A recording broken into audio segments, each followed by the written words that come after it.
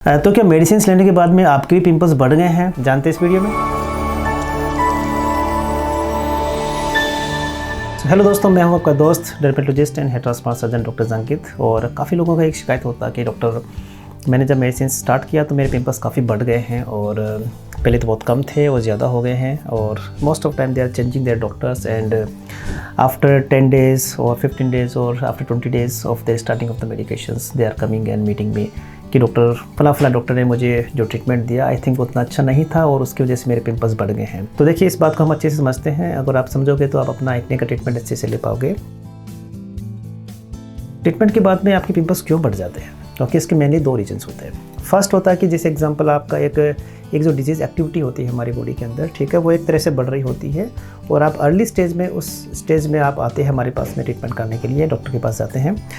तो हो सकता है कि आपका डिजीज़ एक्टिविटी बहुत ज़्यादा हो और अभी से आपका ग्रो कर रहा हो और जिस समय आपने मेडिसिन स्टार्ट किया हो पॉसिबल है कि वो मेडिसिन से एकदम से उतना इफेक्टिव नहीं होगा, उसके इफेक्ट आने में थोड़ा टाइम लगेगा। ओके, सो उस दौरान हो सकता है आपके पिंपल्स बढ़ जाए। एक तो वो रीजन होता है जो आपके डिजीज़ की एक्टिविटी की वजह से होता है। सेकंड, ये भी पॉसिबल है कि आपका कुछ मेडिसिन होती है जो कि आपके अर्ली स्टेज के अंदर आपके पिंपल्स बढ़ा सकती है, जैसे कि रेटिनोइड्स, जिसको हम आइसोट्रेटिनोइन भी बोलते हैं, एडाप्लेन भी बोलते हैं। ऐसी कुछ मेडिसिन होती है जो आपके पिंपल्स अर्ली स्टेज में बढ़ा सकती है। मोस्ट ऑफ टाइम ये देखा गया कि आपके जो ऐसे जो फ्लेयर अप होते हैं वो 15 से लेकर 20% लोगों में ही होते हैं और शुरू का जो 1 month होता है उसमें होने का चांसेस ज़्यादा होता है। इसका एग्जैक्ट कोर्स तो पता नहीं कि क्यों होता है इसके पीछे, बट हाँ, ये होने का चांसेस रहता है। और हो सकता है कि कुछ पिंपल्स आपके जो इन्फ्लामेटरी पिंपल है, स्वेलिंग वाले पिंपल थोड़ा सा बढ़ जाए, हो सकता है कुछ नए पिंपल्स भी आ जाए। तो ये मान के चलिए कि ट्रीटमेंट का पार्ट है आपका और उसको बिल्कुल भी आपको चेंज नहीं करना है।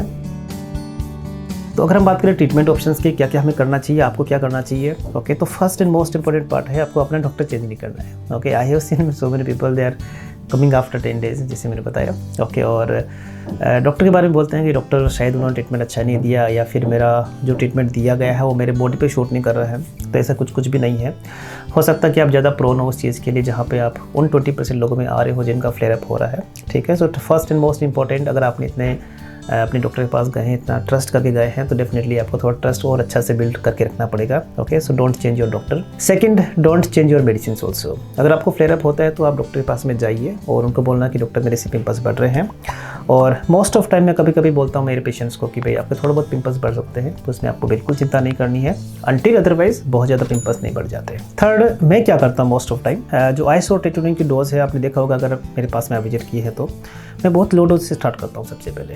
ओके, अगर हम एक्चुअल डोज की बात करें तो 0.5 mg टू 1 mg के आसपास की डोज होती है पर किलोग्राम बॉडी वेट। जैसे अगर आपका वेट अगर 60 किलोज है तो हो सकता है कि आपका स्टार्टिंग डोज 30 mg के आसपास हो आइसोट्रेटिनोइन का। 10 mg या फिर 15 mg 20 mg के आसपास स्टार्ट करते हैं।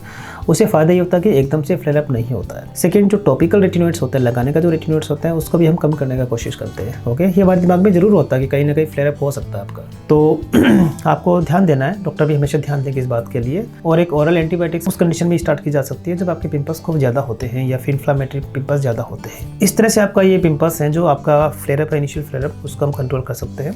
लेकिन आपको बिल्कुल चिंता नहीं करनी है इस चीज़ के लिए। ये मान के चलिए कि ये उसी ट्रीटमेंट का पार्ट है जिस ट्रीटमेंट के लिए आप अपने पिंपल्स को ठीक कर रहे हो। तो हल्का सा थोड़ा सा आपको एक रिजिडनेस मिल सकती है बीच में। ओके, हो सकता है कि थोड़ा पिंपल्स बढ़ जाए, but no need to worry.